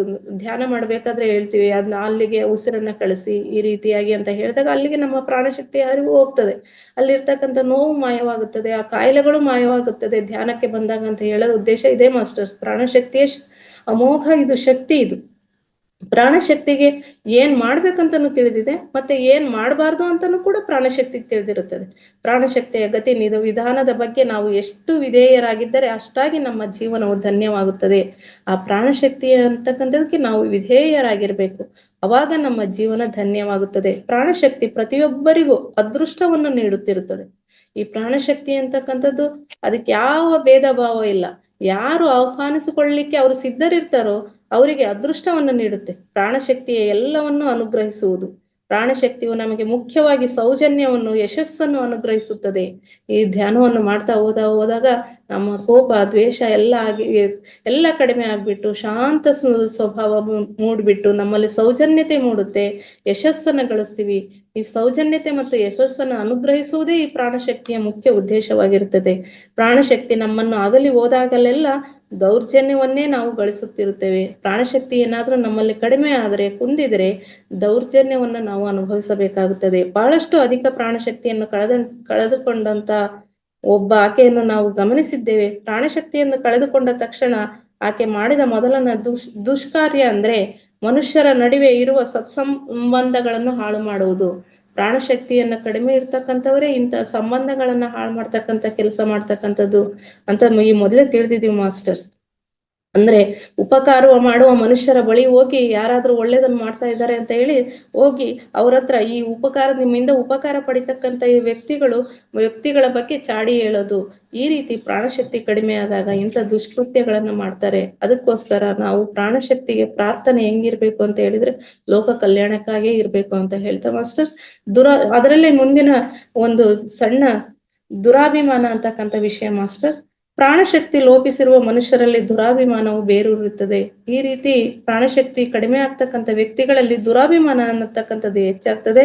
ಇತರರ ಶ್ರಮ, ಹಣದ ಮೇಲೆ ಅವಲಂಬಿತರಾಗಿ ಜೀವಿಸುತ್ತಾ, ಇತರರನ್ನು ತಮ್ಮ ಸ್ವಾರ್ಥ ಉಪಯೋಗಗಳಿಗಾಗಿ ಬಳಸಿಕೊಳ್ಳುತ್ತಾ, ಗುಲಾಮಗಿರಿ ಮಾಡಿಸಿಕೊಳ್ಳುತ್ತಾ, ಅವರ ಕೌಶಲ್ಯಗಳನ್ನು, ಪ್ರತಿಭೆಗಳನ್ನು ದೋಚಿಕೊಳ್ಳುತ್ತಾ, ಅವರನ್ನು ತಮಗೆ ಗುಲಾಮರಂತೆ ಮಾಡಿಕೊಳ್ಳುವ ಗುಣಗಳೊಂದಿಗೆ ಆ ಮನುಷ್ಯರ ದುರಾಭಿಮಾನವು ದರ್ಶನ ನೀಡುತ್ತಿರುತ್ತದೆ. ಪ್ರಾಣಶಕ್ತಿ ಅವರಲ್ಲಿ ಕಡಿಮೆ ಆದಾಗ ಅವರು ಯಾವ ರೀತಿ ದೌರ್ಜನ್ಯ ಮಾಡ್ತಾರೆ ಅನ್ನೋದ್ರ ಬಗ್ಗೆನೂ ಹೇಳ್ತಿದ್ದಾರೆ ಮಾಸ್ಟರ್ಸ್. ಬೇರೆ ವ್ಯಕ್ತಿಗಳ ಮೇಲೆ ಮನುಷ್ಯರಲ್ಲಿ ದುರಾಭಿಮಾನ ಜಾಸ್ತಿ ಆಗುತ್ತೆ. ಬೇರೆಯವರ ಶ್ರಮ ಮತ್ತೆ ಹಣದ ಮೇಲೆ, ಬೇರೆಯವರು ಕೆಲಸ ಮಾಡ್ತಿದ್ರೆ ಅವ್ರ ಹತ್ರ ಇನ್ನೂ ಹೆಚ್ಚು ಕೆಲಸಗಳನ್ನೇ ಮಾಡ್ಸೋದು, ಅವರು ಶ್ರಮ ಪಟ್ಟು ದುಡಿದ ಹಣವನ್ನು ದುರುಪಯೋಗ ಇವರು ಬಳಕೆ ಮಾಡ್ಕೊಳ್ತಕ್ಕಂಥದ್ದು, ಇತರರನ್ನು ಸ್ವಾರ್ಥ ಉಪಯೋಗಗಳಿಗೆ ಬಳಕೆ ಮಾಡ್ಕೊಳ್ತಕ್ಕಂಥದ್ದು, ಮತ್ತೆ ಬೇರೆಯವರಲ್ಲಿ ಇರ್ತಕ್ಕಂಥ ಕೌಶಲ್ಯ, ಪ್ರತಿಭೆಗಳನ್ನು ಕೂಡ ಅದನ್ನ ದೋಚ್ಕೊಳ್ತಕ್ಕಂಥ ಪ್ರಯತ್ನದಲ್ಲಿ ಇರ್ತಾರೆ ಈ ಪ್ರಾಣಶಕ್ತಿ ಕುಂದಿದಾಗ ದುರಾಭಿಮಾನಿಗಳು ಅಂತ ಹೇಳ್ತಿದ್ದಾರೆ ಮಾಸ್ಟರ್ಸ್. ದುರಾಭಿಮಾನದಿಂದಿರುವ ಮನುಷ್ಯನು ಪ್ರತಿ ವ್ಯಕ್ತಿಯನ್ನು, ಸಂಘಟನೆಯನ್ನು, ಪರಿಸ್ಥಿತಿಯನ್ನು ಸ್ವ ಉಪಯೋಗದ ದೃಕ್ಪಥದಿಂದಲೇ ನೋಡುತ್ತಿರುತ್ತಾನೆ. ಮಾಸ್ಟರ್ಸ್, ಯಾರಿಗೆ ಪ್ರಾಣಶಕ್ತಿ ಕಡಿಮೆ ಆಗಿರ್ತದ ಅವರು ಯಾವುದೇ ಅಪ್ಪಿತಪ್ಪಿಕೆ ಏನಾದ್ರೂ ಕೆಲಸ ಮಾಡಕ್ ಹೋದ್ರೆ ಇದರಿಂದ ನನಗೆ ಎಷ್ಟು ಭಾಗ ಉಪಯೋಗ ಇದೆ, ಈ ಕಾರ್ಯ ನಡೀತಾ ಇದೆ, ಇಲ್ಲಿ ಒಂದು ಸಂಘಟನೆ ಕಾರ್ಯ ನಡೀತಾ ಇದೆ ಅಂತ ಹೇಳಿದ್ರೆ ಇದರಿಂದ ನನಗೆ ಎಷ್ಟು ಉಪಯೋಗ ಇದೆ ಅಂತ ಯೋಚನೆ ಮಾಡ್ತಾರೆ ಹೊರತು ಆ ದೃಷ್ಟಿಕೋನದಿಂದಲೇ ನೋಡ್ತಾ ಇರ್ತಾರೆ ದುರಾಭಿಮಾನಿ ವ್ಯಕ್ತಿಗಳು. ಸಂಗ್ರಹವಾಗುತ್ತಿರುವ ದುರಾಭಿಮಾನವು ಮಾನವನಲ್ಲಿನ ಎಲ್ಲ ಸದ್ಗುಣದ ಬೀಜಗಳನ್ನು ಕೊಲ್ಲುತ್ತಾ, ಹೃದಯವನ್ನು ಕಗ್ಗತ್ತಲಿಂದ ತುಂಬುತ್ತಾ ಮನುಷ್ಯನನ್ನು ಒಬ್ಬ ರಾಕ್ಷಸನಂತೆ ಸಜ್ಜುಗೊಳಿಸುತ್ತದೆ. ದುರಾಭಿಮಾನ ಹೆಚ್ಚಾದ ವ್ಯಕ್ತಿ ಯಾವ ರೀತಿ ಬದಲಾಗ್ತಾನೆ ಅಂತ ಹೇಳಿದ್ರೆ ಸದ್ಗುಣದ ಬೀಜಗಳನ್ನೆಲ್ಲ ಸತ್ತೋಗ್ತವೆ. ಅವ್ರ ಹೃದಯ ಕಗ್ಗತ್ತಲಿಂದ ತುಂಬಿಕೊಳ್ತಾ ಮನುಷ್ಯನು ರಾಕ್ಷಸ ಗುಣಗಳೇ ತನ್ನ ಪ್ರಭಾವವನ್ನ ಬೀರ್ತಾ ಹೋಗ್ತದೆ. ದುರಾಭಿಮಾನ ವ್ಯಕ್ತಿಯು ಎಲ್ಲ ವ್ಯಸನಗಳನ್ನು, ದುರ್ಗುಣಗಳನ್ನು, ದುಷ್ಟಶಕ್ತಿಗಳನ್ನು ಆಕರ್ಷಿಸಿ ಆವಹಿಸುವಂತೆ ಮಾಡುತ್ತದೆ. ನಾವ್ ಈಗಾಗ್ಲೇ ತಿಳಿದಿದ್ದೀವಿ ಮಾಸ್ಟರ್ಸ್, ಒಳ್ಳೆ ಶಕ್ತಿ ಹೇಗಿದೆಯೋ ದುಷ್ಟಶಕ್ತಿನೂ ಹಾಗೇ ಇದೆ. ಇದು ದುಷ್ಟಶಕ್ತಿಯನ್ನು ಅವರು ಕೂಡ ಪಡಿತಕ್ಕಂಥದ್ದು ಪ್ರಾಣಶಕ್ತಿನೇ. ಅದನ್ನ ಈ ದುರ್ಬಳಕೆ ಮಾಡ್ಕೊಳ್ತಾರಷ್ಟೇ. ನಾವು ಸದ್ಬಳಕೆ ಮಾಡ್ಕೊಂಡಾಗ ಮಾತ್ರ ನಮ್ಮ ಆತ್ಮೋನ್ನತಿ ಆಗ್ತದೆ. ಈ ದುರ್ಬಳಕೆ ಮಾಡ್ಕೊಂಡು ಇನ್ನೊಬ್ಬರ ನಾಶಕ್ಕೋಸ್ಕರ ಅವ್ರು ಪ್ರಯತ್ನ ಪಡ್ತಾರೆ ಅಂತ ಹೇಳ್ತಿದ್ದಾರೆ. ಹರಟೆಗಳಿಂದ, ದೂಷಣೆಗಳಿಂದ, ಸ್ವಾಮಿ ದ್ರೋಹದಂತ ಚಿಂತನೆಯ ಶಕ್ತಿಗಳ ಜೊತೆಗೆ ತಮ್ಮೊಂದಿಗೆ ಸಂಬಂಧವಿರುವ ಜನರ ಜೀವನಗಳನ್ನು ದುರಾಭಿಮಾನಿಗಳು ನಾಶ ಮಾಡುತ್ತಿದ್ದಾರೆ. ಮನುಷ್ಯರು ಗ್ರಹಿಸುತ್ತಿಲ್ಲ. ಸುಮ್ಮನೆ ಹರಟೆ ಹೊಡಿತಕ್ಕಂಥದ್ದು ಕೂಡ ಒಂದು ಪ್ರಾಣಶಕ್ತಿಯ ಕುಂದುವಿಕೆಗೆ ಒಂದು ಮಾರ್ಗ ಆಗಿದೆ. ಅದಕ್ಕೋಸ್ಕರ ಅದನ್ನು ಮಾಡಬಾರದು. ದೂಷಣೆ ಮಾಡೋದು, ಮತ್ತೊಬ್ಬರನ್ನ ಸ್ವಾಮಿ ದ್ರೋಹದಂತಹ ಕೆಲಸಗಳನ್ನ ಮಾಡ್ತಕ್ಕಂಥದ್ದು, ಚಿಂತನೆಯ ಶಕ್ತಿಗಳ ಜೊತೆಗೆ ತಮ್ಮೊಂದಿಗೆ ಸಂಬಂಧವಿರುವ ಜನರ ಜೀವನಗಳನ್ನು ದುರಾಭಿಮಾನಿಗಳು ನಾಶ ಮಾಡ್ತಾರೆ ಅಂತ ಹೇಳ್ತಿದ್ದಾರೆ ಮಾಸ್ಟರ್ಸ್. ದುರಾಭಿಮಾನಿಗಳ ಕತ್ತಲೆಯ ಕಣ್ಣು ಕಟ್ಟಿನ ಮಾತುಗಳಿಗೆ ಮನುಷ್ಯರು ತಾತ್ಕಾಲಿಕವಾಗಿ ಬೆರಗಾಗುತ್ತಿರುವುದು ದೌರ್ಭಾಗ್ಯವೇ ಸರಿ. ಈ ದುರಾಭಿಮಾನಿಗಳು ಮಾತಾಡ್ತಕ್ಕಂಥ ಮಾತು ತುಂಬಾ ಅಭೂತಪೂರ್ವವಾಗಿ ಮಾತಾಡ್ತಾರೆ ಮಾಸ್ಟರ್ಸ್, ಹೌದೌದು ಅನ್ನೋ ರೀತಿಯಲ್ಲಿ. ಅಂತ ಮನುಷ್ಯರು ತಾತ್ಕಾಲಿಕವಾಗಿ ಬೆರಗಾಗುತ್ತಿರುವುದು ದೌರ್ಭಾಗ್ಯ. ಅವ್ರ ಮಾತನ್ನು ಎಂತರು ಕೇಳಿದ್ರು ಕೂಡ ಹೌದೌದು ಅಂತಾನೆ ಅನ್ಬೇಕು, ಬೆರಗಾಗ್ಬೇಕು. ಅಬ್ಬಬ್ಬ ಏನ್ ಜ್ಞಾನ ಇದೆ ಅನ್ನೋ ರೀತಿಯಲ್ಲಿ ಈ ರೀತಿಯಾಗಿ ಬೆರಗಾಗ್ತಕ್ಕಂಥದ್ದು ಒಂದು ದೌರ್ಭಾಗ್ಯವೇ ಸರಿ. ಆದರೆ ಇತರರನ್ನು ನಾಶ ಮಾಡಿ ಜೀವನದ ಅಭಿವೃದ್ಧಿಯನ್ನು ಸಾಧಿಸಿಕೊಳ್ಳುತ್ತಿರುವ ಮನುಷ್ಯರು ಇತರರನ್ನು ನಾಶ ಮಾಡಿ ಇವರು ಅಭಿವೃದ್ಧಿ ಸಾಧಿಸ್ಕೊಂತಿದೀವಿ ಅನ್ಕೋತಿದ್ದಾರೆ. ಅನಂತರ ಭಾರಿ ಮೌಲ್ಯವನ್ನು ಕಟ್ಟಬೇಕಾಗಿ ಬರುತ್ತದೆ. ಆ ರೀತಿ ಏನಾದರೂ ಆಲೋಚನೆಯನ್ನು ಇಟ್ಕೊಂಡು ಜೀವನವನ್ನು ಸಾಗಿಸಿದ್ದೇ ಆದ್ರೆ ಭಾರಿ ಮೌಲ್ಯವನ್ನು ಆ ಪ್ರಾಣಶಕ್ತಿಗೆ ಕಟ್ಟಲೇಬೇಕಾಗ್ತದೆ. ಆ ಮನುಷ್ಯರಿಂದ ಪ್ರಾಣಶಕ್ತಿ ಸಂಪೂರ್ಣವಾಗಿ ಹೊರಟು ಹೋಗಿ ರೋಗಕಾರಕ ಸೂಕ್ಷ್ಮ ಜೀವಿಗಳ ಪ್ರಾಣ ತೆಗೆಯುವಂತ ಸೂಕ್ಷ್ಮ ಕ್ರಿಮಿಗಳಿಂದ ಉಂಟಾಗುವ ಹಾನಿಗಳಿಂದ ನಾಡಿಮಂಡಲ ವ್ಯವಸ್ಥೆಗಳು ಸಂಪೂರ್ಣವಾಗಿ ನಾಶವಾಗಿ ಕಡೆಗೆ ಆ ಮನುಷ್ಯರು ತಮ್ಮ ಸ್ವಪ್ರಯೋಜನಗಳಿಗೂ ಸಹ ಜೀವನಕ್ಕೆ ವಿರುದ್ಧವಾಗಿ ಆಲೋಚಿಸುತ್ತಾ ಮಾತನಾಡುತ್ತಾ ತಮ್ಮನ್ನು ತಾವೇ ನಾಶ ಮಾಡಿಕೊಳ್ಳುವ ಹೀನಾಯ ಸ್ಥಿತಿಗೆ ಇಳಿಯುತ್ತಾರೆ. ಇವರೇನಾದ್ರೂ ಬೇರೆಯವರ ಪ್ರಾಣಶಕ್ತಿಯನ್ನು ಹೀರ್ಕೊಳ್ಳೋದು, ಬೇರೆಯವರನ್ನ ಬಳಕೆ ಮಾಡ್ಕೊಂಡಿದ್ದೇ ಆದ್ರೆ ಅವರ ಒಳಗಡೆನೆ ಯುದ್ಧ ನಡೀತದೆ ಅಂತ ಹೇಳಿದ್ರು ಅಲ್ಲ ಮಾಸ್ಟರ್ಸ್. ಇದರಿಂದ ಸೂಕ್ಷ್ಮ ಕ್ರಿಮಿಗಳು ಅವರಲ್ಲೇ ಉಂಟಾಗಿ ಅವರಲ್ಲೇ ಇರ್ತಕ್ಕಂಥ ನಾಡಿಮಂಡಲ ವ್ಯವಸ್ಥೆಯನ್ನು ಸಂಪೂರ್ಣವಾಗಿ ನಾಶ ಮಾಡ್ತದೆ. ಕಡೆಗೆ ಆ ಮನುಷ್ಯರು ಅವರ ಸ್ವಂತಕ್ಕೆ ತನ್ನ ಸ್ವಂತ ಏನಾದ್ರೂ ಪ್ರಯೋಜನಕ್ಕೆ ಸಹಾಯ ಮಾಡ್ಕೊಳ್ಳೋಕ್ಕೂ ಅಶಕ್ತರಾಗ್ತಾರೆ. ಅವರ ಜೀವನಕ್ಕೆ ವಿರುದ್ಧವಾಗಿ ಈ ಜೀವನ ಯಾಕಪ್ಪ ಬೇಕು ಸಾಕು ಅನ್ನೋ ರೀತಿಯಲ್ಲಿ ಆಲೋಚಿಸುತ್ತಾ ಮಾತನಾಡುತ್ತಾ ತಮ್ಮನ್ನು ತಾವೇ ನಾಶ ಮಾಡಿಕೊಂಡು ಹೀನಾಯ ಸ್ಥಿತಿಯನ್ನು ತಲುಪ್ತಾರೆ ಅಂತ ಹೇಳ್ತಿದ್ದಾರೆ ಮಾಸ್ಟರ್ಸ್. ದುರಾಭಿಮಾನದಿಂದ ಒಬ್ಬ ವ್ಯಕ್ತಿ ಅಬ್ಬಬ್ಬ ಎಂದರೆ 25 ವರ್ಷ ಇರಬಹುದು ಅಷ್ಟೇ. ಆದರೆ ಅತ್ಯಧಿಕವಾಗಿ ಅವರಲ್ಲಿ ಪ್ರಾಣಶಕ್ತಿ ಕ್ಷೀಣಿಸುವುದರಿಂದ ಅವರ ಪೂರ್ವ ಕರ್ಮದ ತೊಂದರೆಗೆ ಸಿಲುಕಿ ಶೀಘ್ರವಾಗಿಯೇ ಕರ್ಮದಲ್ಲಿ ಹತರಾಗುತ್ತಾರೆ. ದುರಾಭಿಮಾನ ಇರ್ತಕ್ಕಂಥ ವ್ಯಕ್ತಿ ಅವರಲ್ಲಿ ಪ್ರಾಣಶಕ್ತಿ ಕ್ಷೀಣಿಸೋದ್ರ ಜೊತೆಗೆ ಅವರ ಪೂರ್ವಜನ್ಮದ ಕರ್ಮಗಳು ಕೂಡ ಶೀಘ್ರವಾಗಿ ಕೆಲಸ ಮಾಡೋದ್ರಿಂದ ಆ ಕರ್ಮದಿಂದಲೇ ಹತರಾಗಿ ಹೋಗ್ತಾರೆ ಅಂತ ಹೇಳ್ತಿದ್ದಾರೆ ಮಾಸ್ಟರ್ಸ್. ದುರಾಭಿಮಾನಿಗಳು ಮರಣಾನಂತರದ ಸೂಕ್ಷ್ಮ ಪ್ರಪಂಚಗಳಲ್ಲಿ ಅಂಧಕಾರದಲ್ಲಿ ಸಿಲುಕಿರುತ್ತಾರೆಂದು, ದುರಾಭಿಮಾನದಿಂದ ಮುಕ್ತರಾದ ಮನುಷ್ಯರು ವಜ್ರಗಳಂತೆ ಪ್ರಕಾಶಿಸುತ್ತಾರೆಂದು ಮಹಾಬೋಧೆ ವಿಶೇಷವಾಗಿ ಬೋಧಿಸುತ್ತದೆ. ದುರಾಭಿಮಾನಿಗಳು ಮರಣ ಹೊಂದಿದಾಗ ಇಲ್ಲಿನೂ ಕೂಡ ಜನಗಳಿಗೆ ಯಾರಿಗೂ ನೆಮ್ಮದಿ ಕೊಡದೆ ಅವರ ಶ್ರಮ ಮತ್ತು ಹಣವನ್ನೆಲ್ಲ ದೋಚಿ ಅವರ ಕೌಶಲ್ಯಗಳನ್ನು ದೋಚಿ ಜೀವನ ಸಾಗಿಸಿರ್ತಾರೆ. ಇಲ್ಲಿ ಜೀವನ ಸಾಗಿಸ್ತದೆ ಕಷ್ಟ ಇರ್ತದೆ. ಮತ್ತೆ ಸೂಕ್ಷ್ಮ ಪ್ರಪಂಚಕ್ಕೆ ಹೋದಾಗ ಅವರು ಅಧೋಲೋಕಗಳಿಗೆ ಹೋಗಬೇಕಾಗುತ್ತದೆ, ಅಂಧಕಾರದಲ್ಲಿ ಸಿಲುಕಬೇಕಾಗ್ತದೆ. ದುರಾಭಿಮಾನದಿಂದ ಮುಕ್ತರಾದ ಮನುಷ್ಯರು ಏನಾಗ್ತದೆ ಅಂದ್ರೆ ವಜ್ರಗಳಂತೆ ಸೂಕ್ಷ್ಮ ಶರೀರಧಾರಿಗಳಿಗೆ ವಜ್ರಗಳಂತೆ ಪ್ರಕಾಶಿಸುತ್ತಾರೆ ಅಂತ ಹೇಳ್ತಿದ್ದಾರೆ ಮಾಸ್ಟರ್ಸ್. ಪ್ರಾಣಶಕ್ತಿಯೇ ಮಾನವನಿಗೆ ಬೆಳಕು. ಪ್ರಾಣಮಯ ಕೋಶ ಕಾಂತಿ ಶರೀರ ಪ್ರಾಣಮಯ ಶರೀರದೊಂದಿಗೆ ಸೂಕ್ಷ್ಮ ಪ್ರಪಂಚದಲ್ಲಿ ಪ್ರವೇಶಿಸಿದ ಜೀವಿಯು ಅಂತರ್ಬಾಹ್ಯಗಳಲ್ಲಿ ಪ್ರಕಾಶಿಸುತ್ತಾ ಆ ಸೂಕ್ಷ್ಮ ಲೋಕಗಳಲ್ಲಿನ ಅಂತರಿಕ್ಷ ಆವರಣ ಪರಿಸರದಲ್ಲಿನ ಸ್ವರೂಪಗಳನ್ನು, ವರ್ಣಗಳನ್ನು, ಚಲನೆಗಳನ್ನು ಬಹಳ ಸ್ಪಷ್ಟವಾಗಿ ದರ್ಶಿಸುತ್ತಿರುತ್ತಾನೆ. ಪ್ರಾಣಶಕ್ತಿಯೇ ಮಾನವನಿಗೆ ಒಂದು ಬೆಳಕಿನ ರೀತಿಯಲ್ಲಿ ನಾವು ಈ ದೇಹವನ್ನು ತ್ಯಜಿಸಿದ ನಂತರ ಪ್ರಾಣಮಯ ಕೋಶದೊಂದಿಗೆ ಕಾಂತಿ ಶರೀರದೊಂದಿಗೆ ಪ್ರಾಣಮಯ ಶರೀರದ ಸೂಕ್ಷ್ಮ ಪ್ರಪಂಚದಲ್ಲಿ ಪ್ರವೇಶ ಮಾಡುವ ಸಂದರ್ಭದಲ್ಲಿ ನಾವು ಪ್ರವೇಶಿಸಿದ ಜೀವಿ ಅಂತರ್ಬಾಹ್ಯಗಳಲ್ಲಿ ಪ್ರಕಾಶಿಸುತ್ತಾ ನಾವು ವಜ್ರಗಳಂತೆ ಹೊಳೆಯುತ್ತಾ ಸೂಕ್ಷ್ಮ ಲೋಕಗಳಲ್ಲಿನ ಅಂತರಿಕ್ಷ ಆವರಣದಲ್ಲಿ ಪರಿಸರದಲ್ಲಿನ ಸ್ವರೂಪಗಳನ್ನು, ವರ್ಣಗಳನ್ನು ಇದನ್ನೆಲ್ಲ ನೋಡ್ಲಿಕ್ಕೆ ಈ ಪ್ರಾಣಶಕ್ತಿ ಅನ್ನೋದು ನಮಗೆ ಬೆಳಕನ್ನು ಒದಗಿಸುತ್ತೆ. ನಾವು ಬ್ಯಾಟ್ರಿ ಬಿಟ್ಕೊಂಡು ಹೆಂಗ್ ಹೋಗ್ತೀವಲ್ಲ ಮಾಸ್ಟರ್ಸ್, ಹಂಗೆ ನಾವು ಪ್ರಾಣಶಕ್ತಿಯನ್ನು ಹೆಚ್ಚೆಚ್ಚು ಗ್ರಹಿಸಿದಾಗ, ಇಲ್ಲಿ ಆಹ್ವಾನಿಸಿಕೊಂಡಾಗ ಅದು ನಮಗೆ ಸೂಕ್ಷ್ಮ ಲೋಕದಲ್ಲೂ ಕೂಡ ನಮಗೆ ಸಹಾಯ ಮಾಡ್ತದೆ ಅಂತ ಹೇಳ್ತಿದ್ದಾರೆ ಮಾಸ್ಟರ್ಸ್. ನಮ್ಮ ಚಲನೆಗಳನ್ನು ಬಹಳ ಸ್ಪಷ್ಟವಾಗಿ ದರ್ಶಿಸುತ್ತಾರೆ. ಒಬ್ಬ ದುರಾಭಿಮಾನಿಯ ಜೀವಿಯು ಒಂದು ಕಾರ್ಮೋಡದ ಚೆಂಡಿನಂತೆ ಕಾಣುತ್ತಿರುತ್ತಾನೆಂದು ನಮಗೆ ಬೋಧಿಸಲಾಗುತ್ತದೆ. ಕ್ಷುದ್ರ ಪೂಜೆಗಳು, ಮಾಟ ಮಂತ್ರಗಳು, ಶವ ಪೂಜೆಗಳೆಲ್ಲವೂ ಪ್ರಾಣಶಕ್ತಿ ಕೊರತೆ ಮೇಲೆ ಅವಲಂಬಿತವಾಗಿರುವ ಅನಾಚಾರಗಳು. ಹೇಳಿದ್ವಲ್ಲ ಮಾಸ್ಟರ್ಸ್, ಪ್ರಾಣಶಕ್ತಿ ನಮ್ಮಲ್ಲಿ ಕ್ಷುದ್ರ ಪೂಜೆಗಳಾಗ್ಲಿ, ಮಾಟ ಮಂತ್ರ, ಶವ ಪೂಜೆ ಇವೆಲ್ಲ ಪ್ರಾಣಶಕ್ತಿಯ ಕೊರತೆಯ ಮೇಲೆ ಅವಲಂಬಿತವಾಗಿರ್ತಕ್ಕಂಥ ಅನಾಚಾರಗಳಾಗಿದ್ದಾವೆ. ದುರಾಭಿಮಾನ ಕ್ಷುದ್ರೋಪಾಸನೆಗೆ ಗುಲಾಮಗಿರಿ ಮಾಡುತ್ತದೆ.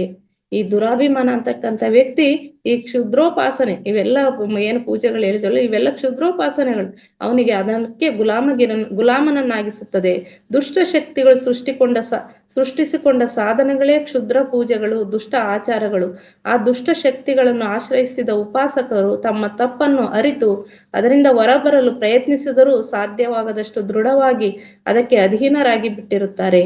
ಆದುದರಿಂದ ಕ್ಷುದ್ರ ಪೂಜೆಗೆ ಉಪಕ್ರಮಿಸದೆ ಜಾಗರೂಕತೆಯನ್ನು ವಹಿಸುವುದು ಶ್ರೇಯಸ್ಕರ. ಈ ಕ್ಷುದ್ರೋಪಾಸನೆಗೆ ಒಳಗೊಂಡಂತ ವ್ಯಕ್ತಿಗಳು ನಾವು ಈಗಾಗಲೇ ಮಿಲಾರೆಬಾ ಜೀವನ ಚರಿತ್ರೆ ಬಗ್ಗೆ ತಿಳಿಸೋಲ್ಲ ಮಾಸ್ಟರ್ಸ್. ಅವರು ಪ್ರಾರಂಭದಲ್ಲಿ ಕ್ಷುದ್ರೋಪಾಸನೆ ಕಲೀಲಿಕ್ಕೆ ಹೋಗಿ ವಿದ್ಯೆಗಳನ್ನ ಕಲೀಲಿಕ್ಕೆ ಹೋಗಿ ಆನಂತರ ಬಂದಾಗ ಅದರಿಂದ ಹೊರ ಬರ್ಲಿಕ್ಕೆ ಅವರ ಗುರುಗಳಿಂದ ಎಷ್ಟೆಲ್ಲ ಸಂಕಷ್ಟಗಳಿಗೆ ಒಳಪಡ್ಬೇಕಾಯ್ತು ಅಂತ ಹೇಳ್ಬಿಟ್ಟು, ಆದ್ದರಿಂದ ಈ ಕ್ಷುದ್ರ ಪೂಜೆಗೆ ಉಪಕ್ರಮಿಸದೆ ಜಾಗರೂಕತೆಯನ್ನು ವಹಿಸ್ಬೇಕಾಗಿರ್ತಕ್ಕಂಥದ್ದು ನಮ್ಮ ಶ್ರೇಯಸ್ಸಿಗೋಸ್ಕರ ಅತ್ಯಂತ ಒಳ್ಳೆಯ ಮಾರ್ಗ ಅಂತ ಹೇಳ್ತಿದ್ದಾರೆ ಮಾಸ್ಟರ್ಸ್. ಜೀವನಕ್ಕೆ ಅದೆಷ್ಟೋ ಆಪತ್ತುಗಳು ಸುತ್ತುವರೆದಿರುತ್ತದೆ. ಜೀವನ ಅಂದಾಗ ಅದೆಷ್ಟು ಆಪತ್ತುಗಳು ಸುತ್ತುವರೆದಿರುತ್ತೆ. ಯಾಕಂದ್ರೆ ನಾವು ಬರುವಾಗಲೇ ಇಂತಿಷ್ಟು ಕಷ್ಟಗಳನ್ನ ನಾನು ಚಾಲೆಂಜ್ ಆಗಿ ನಾನು ಅದನ್ನು ಸ್ವೀಕಾರ ಮಾಡ್ಬಿಟ್ಟು ನನ್ನ ಆತ್ಮೋನ್ನತಿ ಮಾಡ್ಕೊಳ್ತೀನಿ ಅಂತ ಹೇಳ್ಬಿಟ್ಟು ನಾವೇ ಆಯ್ಕೆ ಮಾಡ್ಕೊಂಡಿರ್ತಕ್ಕಂಥ ಕಷ್ಟ ಕಾರ್ಪಣ್ಯಗಳ ಲೀಸ್ಟ್ ಇದು. ಅದಕ್ಕೋಸ್ಕರ ಈ ಆಪತ್ತುಗಳು ಸುತ್ತುವರೆತಿರುತ್ತದೆ. ದುಷ್ಟ ಶಿಕ್ಷಣಕ್ಕೆಂದು ನೀವು ನಿಮ್ಮ ಜೀವನವನ್ನು ಸಮರ್ಪಿಸಿಕೊಂಡಿದ್ದೆಯಾದರೆ, ಆದ್ರೆ ಇಲ್ಲಿಗೆ ಬಂದ ತಕ್ಷಣ ನನಗೆ ಅವ್ರು ಹೀಗ್ ಮಾಡಿದ್ರು ಇವ್ರು ಹೀಗ್ ಮಾಡಿದ್ರು ಅನ್ನೋ ದೋಷಾರೋಪಣೆಯನ್ನು ಬಿಟ್ಟು ನಾವು ದುಷ್ಟ ಶಿಕ್ಷಣಕ್ಕೆ ಅಂತ ಹೇಳ್ಬಿಟ್ಟು ನಮ್ಮ ಜೀವನವನ್ನು ಮತ್ತೆ ಸಮರ್ಪಿಸಿಕೊಂಡಿದ್ದೇ ಆದ್ರೆ ಆ ಆಪತ್ತುಗಳು ನಮಗೆ 100 ಭಾಗ ಅಧಿಕವಾಗುತ್ತದೆ. ಆ ಆಪತ್ತುಗಳು 100 ಪಟ್ಟು ಅಧಿಕವಾಗ್ತದೆ. ಆದರೆ ಮಹಾತ್ಮರೊಂದಿಗೆ ನಿಮಗಿರುವ ಸಂಬಂಧದಿಂದ ರೂಪುಗೊಂಡಿರುವ ರಕ್ಷಣೆಯೂ ಸಹ ನಿಮ್ಮ ಮೇಲೆ ಇರುತ್ತದೆ.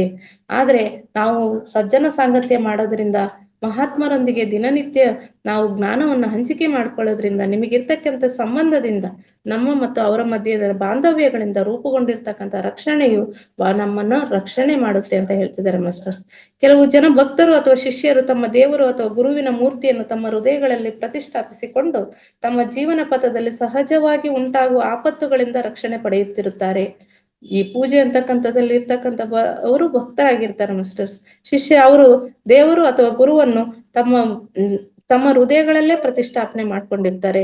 ಇದರಿಂದನೂ ಕೂಡ ರಕ್ಷಣೆ ಪಡಿತಾರೆ. ಪ್ರಾಣಶಕ್ತಿಯು ಕಾಂತಿ ಶಕ್ತಿಗಳಿಗೆ ಆಪತ್ತು ಸ್ಥಿತಿಯ ಬಗ್ಗೆ ಅರಿವು ಮೂಡಿಸಿ ತಕ್ಷಣವೇ ನಮಗೆ ರಕ್ಷಣೆಯನ್ನು ಒದಗಿಸುತ್ತದೆ. ಈ ಪ್ರಾಣಶಕ್ತಿ ಅಂತಕ್ಕಂಥದ್ದು ಆಪತ್ ಸ್ಥಿತಿಯಲ್ಲಿ ನಮ್ಗೇನಾದ್ರೂ ಆಪತ್ ಬರ್ತಿದೆ ಅಥವಾ ಆಪತ್ತಿನ ಸ್ಥಿತಿಯಲ್ಲಿ ನಾವು ಇದ್ದೀವಿ ಅಂದಾಗ ನಮಗೆ ಇದರಿಂದ ಹೇಗ್ ಹೊರ ಬರಬೇಕು ಅಂತ ಹೇಳ್ಬಿಟ್ಟು ನಮಗೆ ಅಂತರ್ವಾಣಿಯನ್ನು ನೀಡ್ಬಿಟ್ಟು ನಮಗೆ ಅರಿವನ್ನು ಮೂಡಿಸ್ಬಿಟ್ಟು ತಕ್ಷಣವೇ ನಮ್ಗೆ ರಕ್ಷಣೆಯನ್ನು ಕೊಡುತ್ತೆ. ಅದರಿಂದ ಹೊರ ಬರ್ಲಿಕ್ಕೆ ಸಹಾಯ ಮಾಡುತ್ತೆ.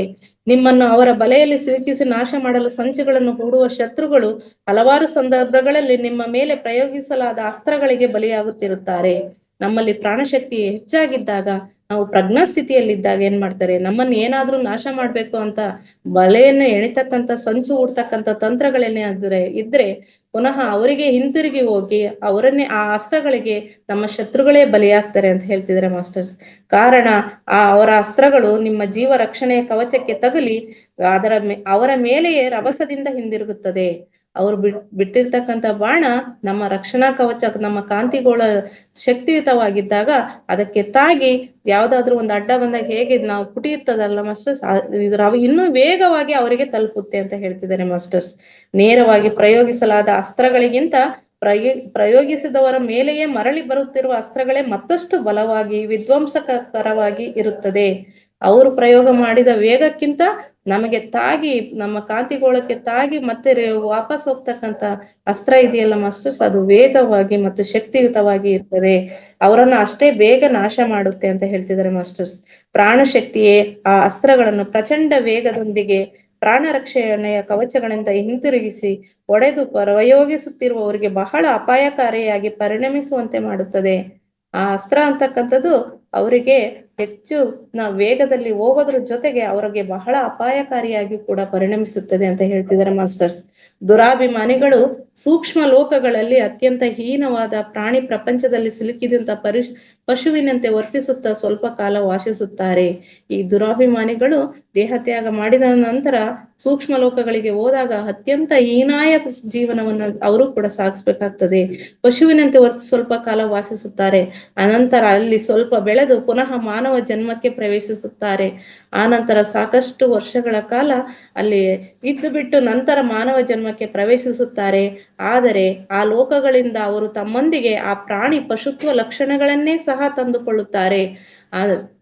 ನಾವು ಸೂಕ್ಷ್ಮ ಪ್ರಪಂಚದಲ್ಲೂ ಕೂಡ ಉತ್ತಮ ಜೀವನವನ್ನು ಸಾಗಿಸ್ಬೇಕಂದ್ರೆ ಇಲ್ಲಿ ಪ್ರಾಣಿ ಶಕ್ತಿಯನ್ನ ಪ್ರವಾಹವನ್ನು ಅಧಿಕಗೊಳಿಸ್ಕೋಬೇಕು. ಅದು ನಮಗೆ ಮೇಲಿನ ಲೋಕದಲ್ಲೂ ಉಪಯೋಗ ಆಗುತ್ತೆ. ನಾವು ಉನ್ನತ ಸ್ಥಿತಿಯಲ್ಲಿ ಅದಕ್ಕೋಸ್ಕರ ನಾವು ಸತ್ಯಪಾಯಣದಲ್ಲಿ ತಿಳಿದ್ವಿ ಮಾಸ್ಟರ್ಸ್. ಅಂದ್ರೆ ನಾವು ಮರಣ ಅಂತಕ್ಕಂಥದ್ದನ್ನ ಭಯದ ರೀತಿಯಲ್ಲಿ ಸ್ವೀಕಾರ ಮಾಡ್ದಂಗೆ ಧೈರ್ಯದಿಂದ ಇದ್ದು ಜ್ಞಾನಿಗಳಾಗಿ ನಾವು ಅದನ್ನ ಸ್ವೀಕಾರ ಮಾಡಿದಾಗ, ಗುರುಗಳು ಕೂಡ ಅಮರತ್ವವನ್ನು ಹೇಳ್ಬೇಕಾದ್ರೆ ಸಾಕಷ್ಟು ಬಾರಿ ಹೇಳ್ತಿರ್ತಾರೆ ಮಾಸ್ಟರ್ಸ್ ಈ ವಿಷಯಗಳ ಬಗ್ಗೆ. ಆ ಉತ್ತಮವಾದ ನಾವು ಧೈರ್ಯವಾಗಿ ನಾವು ಮರಣ ಅನ್ನೋದನ್ನ ಸ್ವ ಇಚ್ಛೆಯಿಂದ ಸ್ವೀಕಾರ ಮಾಡಿದಾಗ ಸೂಕ್ಷ್ಮ ಲೋಕದ ಜೀವನವೂ ಅತ್ಯುನ್ನತವಾಗಿರುತ್ತೆ. ನಂತರದ ಪುನರ್ಜನ್ಮ ಪಡಿತೀವಿ ಅಂತ ಪ್ರತಿಯೊಬ್ಬರಿಗೂ ಕೂಡ ತಿಳಿದಿದೆ ಮಾಸ್ಟರ್ಸ್. ಆ ಪುನರ್ಜನ್ಮ ಪಡೆದಾಗೂ ಕೂಡ ನಮ್ಮ ಜೀವನ ಅತ್ಯುತ್ತಮವಾದ ಸ್ಥಿತಿಯಲ್ಲಿ ಇರ್ತಕ್ಕಂಥ ಜೀವನವನ್ನ ಆಯ್ಕೆ ಮಾಡ್ಲಿಕ್ಕೆ ಸಾಧ್ಯ. ಯಾಕಂದ್ರೆ ಜ್ಞಾನ ಇರ್ತದಲ್ಲ ಮಾಸ್ಟರ್ಸ್, ನಮಗೆ ಮುಂದಿನ ಜನ್ಮ ನಮ್ದು ಹೇಗಿರ್ಬೇಕು ಅನ್ನೋ ಜ್ಞಾನ ಇದ್ದಾಗ ನಾವು ಆಯ್ಕೆ ಮಾಡ್ಕೊಳ್ತಕ್ಕಂಥ ಜನ್ಮನು ಕೂಡ ಅತ್ಯುತ್ತಮವಾಗಿರುತ್ತೆ ಅಂತ ಹೇಳ್ತಾರೆ ಮಾಸ್ಟರ್ಸ್. ಆದರೆ ಈ ದುರಾಭಿಮಾನದಿಂದ ಹೋದಂತ ವ್ಯಕ್ತಿಗಳು ಪುನಃ ಜನ್ಮ ಪಡೆದಾಗ ಸಾಕಷ್ಟು ಮಾನವ ಜನ್ಮಕ್ಕೆ ಪ್ರವೇಶ ಮಾಡಿದಾಗ ಪಶುತ್ವ ಲಕ್ಷಣಗಳನ್ನು ತಂದುಕೊಳ್ತಾರೆ. ಪ್ರಸ್ತುತ ರಾಕ್ಷಸ ಪ್ರವೃತ್ತಿಯಿಂದ ಭೂಮಿಯ ಮೇಲೆ ವಾಸಿಸುತ್ತಿರುವ ಮನುಷ್ಯರು ಅಲ್ಲಿಂದ ಬಂದಿರುವ ಭಗ್ನ ಅಹಂಕಾರಿಗಳೇ. ಇವರ ಈಗೇನು ನಾವು ಭೂಮಿಯ ಮೇಲೆ ಕಾಣ್ತಿದೀವಲ್ಲ ಮಾಸ್ಟರ್ಸ್, ರಾಕ್ಷಸ ಗುಣ ಇರ್ತಕ್ಕಂಥ ವ್ಯಕ್ತಿಗಳು ಅಂತ ಭಾವಿಸ್ತೀವಲ್ಲ, ಇಂಥ ವಿಧ್ವಂಸಕ ಕೃತ್ಯಗಳನ್ನ ಮಾಡ್ತಕ್ಕಂಥ ವ್ಯಕ್ತಿಗಳು ಯಾರಪ್ಪ ಅಂತ ಹೇಳಿದ್ರೆ ಅಂತ ಲೋಕಗಳಿಂದ ಬಂದಿರ್ತಕ್ಕಂತಹ ಭಗ್ನ ಅಹಂಕಾರಿಗಳು. ಎಷ್ಟೋ ಕಾಲಗಳಿಂದ ಆ ಪಶು ಲಕ್ಷಣಗಳಿಂದ ಜೀವನವನ್ನ ಕಳೆದಿರುವುದರಿಂದ, ಆ ಪಶು ಲಕ್ಷಣಗಳಲ್ಲೇ ಜೀವನವನ್ನ ಸೂಕ್ಷ್ಮ ಲೋಕಗಳಲ್ಲಿ ಕಳೆದಿರುವುದರಿಂದ ಈಗ ಭೂಮಿಗೆ ಜನ್ಮ ಪಡೆದಾಗ ವರ್ತಮಾನದಲ್ಲಿ ಆ ಮನುಷ್ಯರು ತಮ್ಮ ಪ್ರಾಣಿ ಲಕ್ಷಣಗಳನ್ನು ಅಷ್ಟು ಸುಲಭವಾಗಿ ಬದಲಿಸಿಕೊಳ್ಳಲು ಸಾಧ್ಯವಾಗುವ ಕೆಲಸವಲ್ಲ. ಸುಲಭವಾಗಿ ಬದಲಿಸಿಕೊಳ್ಳಲು ಸಾಧ್ಯವಾಗುವ ಕೆಲಸವಲ್ಲ. ಅದೇ ತಾವಾಗಿ ಧ್ಯಾನ ಹೇಳಕ್ ಹೋದ್ರೆ ಏನ್ ಮಾಡ್ತಾರೆ, ತರ್ಕ ಮಾಡ್ತಾರೆ. ಇವರೇ ಮಹಾನ್ ಪಂಡಿತರು ಅನ್ನೋ ತರ ನಮ್ಮೊಂದಿಗೆ ಚರ್ಚೆ ಮಾಡಕ್ ಹೋಗ್ತಾರೆ. ಆದ್ರೆ 1 ಸರಿ 2 ಸರಿ 3 ಸರಿ ಹೇಳ್ಬೇಕು, ಬಿಡ್ಬೇಕು. ಅವರೊಂದಿಗೆ ಅತಿಯಾಗಿ ತರ್ಕ ಮಾಡೋದ್ರಿಂದನೂ ಕೂಡ ನಮ್ಮ ಪ್ರಾಣಶಕ್ತಿ ಹೀನವಾಗುತ್ತದೆ. ಅದಕ್ಕೋಸ್ಕರ ಪ್ರಯತ್ನ ನಮ್ಮದಷ್ಟೇ, ಅವರನ್ನು ತಂದೆ ತರ್ತೀವಿ ಅನ್ನೋ ಛಲ ನಮ್ಮದಾಗದ್ ಬೇಡ ಮಾಸ್ಟರ್ಸ್. ಆ ಮನುಷ್ಯರು ತಮ್ಮ ಪ್ರಾಣಿ ಲಕ್ಷಣಗಳನ್ನು ಅಷ್ಟು ಸುಲಭವಾಗಿ ಬದಲಿಸಿಕೊಳ್ಳಲು ಸಾಧ್ಯವಾಗುವ ಕೆಲಸವಲ್ಲ. ಆ ಮನುಷ್ಯರು ತಾವು ದುಃಖಕ್ಕೆ ಒಳಗಾಗುವುದರ ಜೊತೆಗೆ ತಮ್ಮ ಪರಿಸರದಲ್ಲಿರುವ ಇತರ ಮನುಷ್ಯರಿಗೂ ಸಹ ಬಹಳ ತೊಂದರೆಗಳನ್ನು ಉಂಟು ಮಾಡುತ್ತಾ ಕೊನೆಗೆ ಸಿಕ್ಕು ಬಿದ್ದು ಮಾನಸಿಕ ಆಸ್ಪತ್ರೆಗೋ ಕಾರಾಗೃಹಕ್ಕೂ ಸೇರುತ್ತಾರೆ. ಅವರು ನೆಮ್ಮದಿಯಾಗಿರಲ್ಲ, ತಮ್ಮ ಸುತ್ತಮುತ್ತಲಿನವರು ನೆಮ್ಮದಿಯಾಗಿರ್ಲಿಕ್ಕೆ ಬಿಡೋದಿಲ್ಲ, ಮತ್ತೆ ಸುತ್ತಮುತ್ತಲಿನ ಪರಿಸರವನ್ನು ಹಾಳು ಮಾಡ್ತಾರೆ.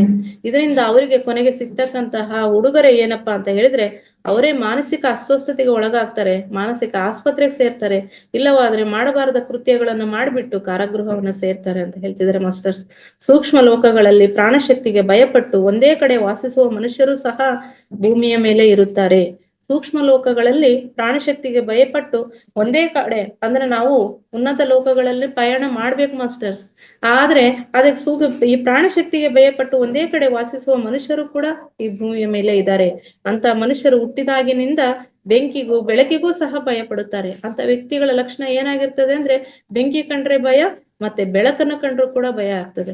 ಈಗ ನೋಡ್ತಿರ್ತೀವಲ್ಲ ಮಾಸ್ಟರ್, ಈ ಕಲ್ ಕೆಳಗೆ ಕೆಲವೊಂದು ಹುಳುಗಳು ಇರ್ತವೆ, ಆ ಕಲ್ ತೆಗೆದ್ರೆ ಬೆಳಕು ನೋಡಕ್ಕೆ ಆಗಲ್ಲ ಅವಕ್ಕೆ, ಮತ್ತೆ ಪುನಃ ಸುತ್ತರದು ಮತ್ತೆ ಕತ್ತಲೆ ಎಡೆಗೆ ಹೋಗ್ತಾ ಇರ್ತವೆ. ಆ ರೀತಿಯ ವ್ಯಕ್ತಿಗಳು ಕೂಡ ಈ ಭೂಮಿ ಮೇಲೆ ಇದ್ದಾರೆ. ಅದಕ್ಕೋಸ್ಕರ ಪ್ರತಿಯೊಬ್ಬರಿಗೂ ಪ್ರಾಣಶಕ್ತಿ ಅಂತಕ್ಕಂಥದ್ದು ಅತ್ಯಂತ ಅಗತ್ಯ. ನಮ್ಮ ಬೆಳಕಿಗೆ ಅಪ್ಪೋ ದೀಪೋ ಭವ, ನಮ್ಮ ಕೈಯಲ್ಲೇ ನಮ್ಮ ದೀಪವನ್ನು ಇಟ್ಕೊಂಡು ನಮ್ಮ ಜೀವನವನ್ನ ಬೆಳೆಸ್ಕೋಬೇಕು. ಆ ಬೆಳಕನ್ನ ಕೊಡ್ತಕ್ಕಂಥದ್ದೇ ಪ್ರಾಣಶಕ್ತಿ. ಆ ಪ್ರಾಣಶಕ್ತಿಯನ್ನು ಪ್ರತಿಯೊಬ್ಬರು ಪಡೆಯುವ ನಿಟ್ಟಿನಲ್ಲಿ ಪ್ರಯತ್ನದಲ್ಲಿ ಸಾಗೋಣ ಅಂತ ಹೇಳ್ತಾ ಇಂದಿನ ಜ್ಞಾನ ಹಂಚಿಕೆ ಕಾರ್ಯಕ್ರಮವನ್ನು ಮುಗಿಸ್ತಾ ಇದ್ದೇನೆ ಮಾಸ್ಟರ್ಸ್. ಈ ವೇದಿಕೆಗೆ ಈ ಜ್ಞಾನ ಹಂಚಿಕೆಗಾಗಿ ವೇದಿಕೆಯನ್ನು ಸೃಷ್ಟಿ ಮಾಡಿಕೊಟ್ಟಿರ್ತಕ್ಕಂಥ ಗುರುಗಳಿಗೆ ನಮಿಸುತ್ತಾ thank you so much masters. ಇದುವರೆಗೆ ಈ ಜ್ಞಾನವನ್ನ ಕೇಳಿರ್ತಕ್ಕಂಥ ಎಲ್ಲ ದೇವರುಗಳಿಗೂ ನಮಿಸುತ್ತಾ thank you so much. Thank you so much. Thank you. ಧನ್ಯವಾದಗಳು.